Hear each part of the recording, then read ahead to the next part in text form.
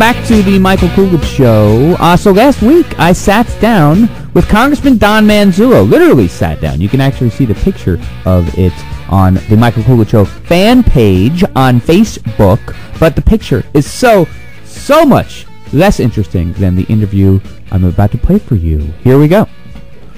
We're here in person with Congressman Don Manzullo, most likely your congressman. Congressman Manzullo, welcome back onto the Michael Koolidge Show. It's good to see you, Michael. Good to see you in person. You usually come on by phone, a lot of times from Washington, D.C., right before or after a big bill. There are a lot of big bills coming down the pike that a lot of listeners are interested in. Let's talk about first this financial regulatory bill.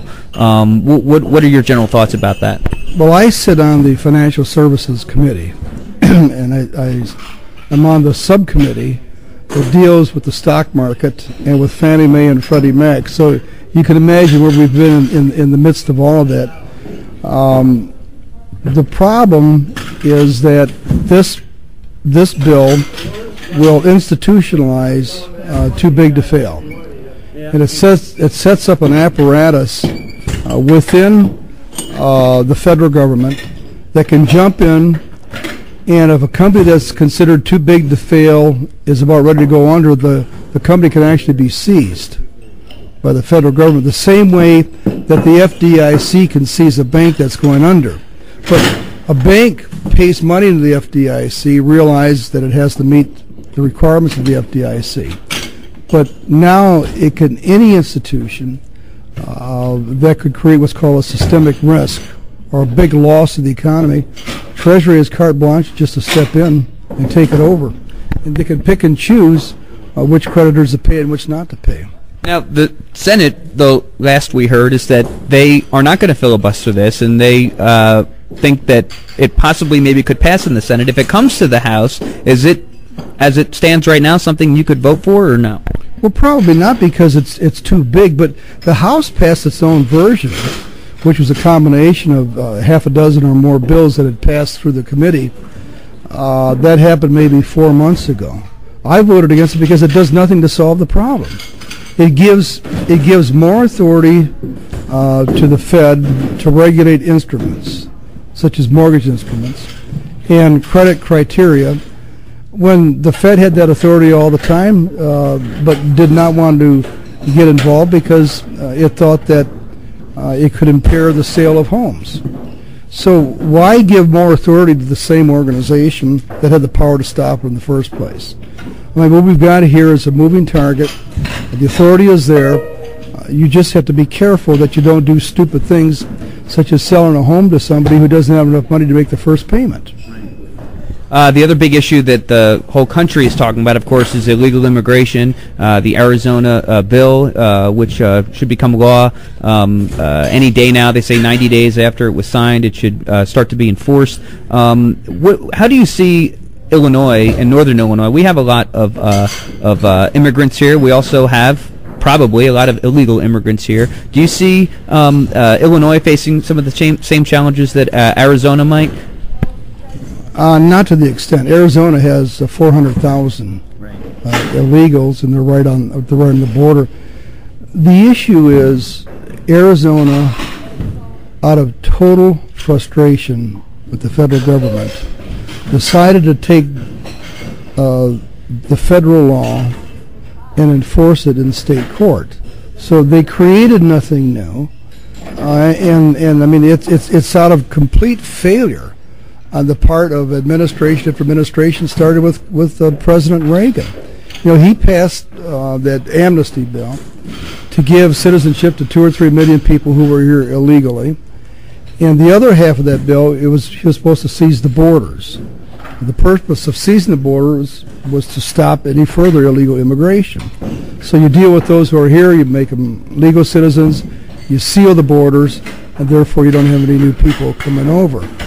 Well, the borders have not been sealed, and now we have between 10 and 12 million illegal or undocumented people living in this country. And Arizona reached a certain point, they said, we can't take this. It's interesting to note that 1/5 of all the federal prisoners are illegal immigrants. It's about 50,000 out of 225,000. Harvey Lappin, who is the director of The Bureau of Prisons gave us that, gave that to us. But the controversy that it's evoked is people saying, well, we want we want comprehensive immigration reform. Another name for that is amnesty. Yeah, you hear that from Janet Napolitano and from the Secretary of the Interior. This is just another reason why we need comprehensive immigration reform. That is code word for amnesty, isn't it? It is. The all kinds of plans. Well, you can work your way to citizenship. My grandparents came here from Italy, and they follow the rules. Yeah. And there are a lot of people, a lot of Hispanics, who are upset over the fact that people should be given preference and be made citizens when they've come here illegally. I mean, people say, well, the Hispanics are upset. You can't talk about one group as being for or against the bill. We have many Hispanics have talked to us and said, look, we know there's a problem, but we believe there's something called the rule of law and everybody should follow it. Congressman Manzullo, you brought it up. You mentioned the word prison, and a lot of listeners feel like that Thompson prison situation is not in the news anymore, so it must have been resolved. It hasn't been resolved, has it? What is the latest on the Thompson prison in Thompson, Illinois? Well, I was at Guantanamo Bay just this past weekend, and it's, as you know, it's a naval base, and then a portion of it is set aside for the purpose of dealing with the people who have been seized. The enemy combatants, yeah. The enemy combatants.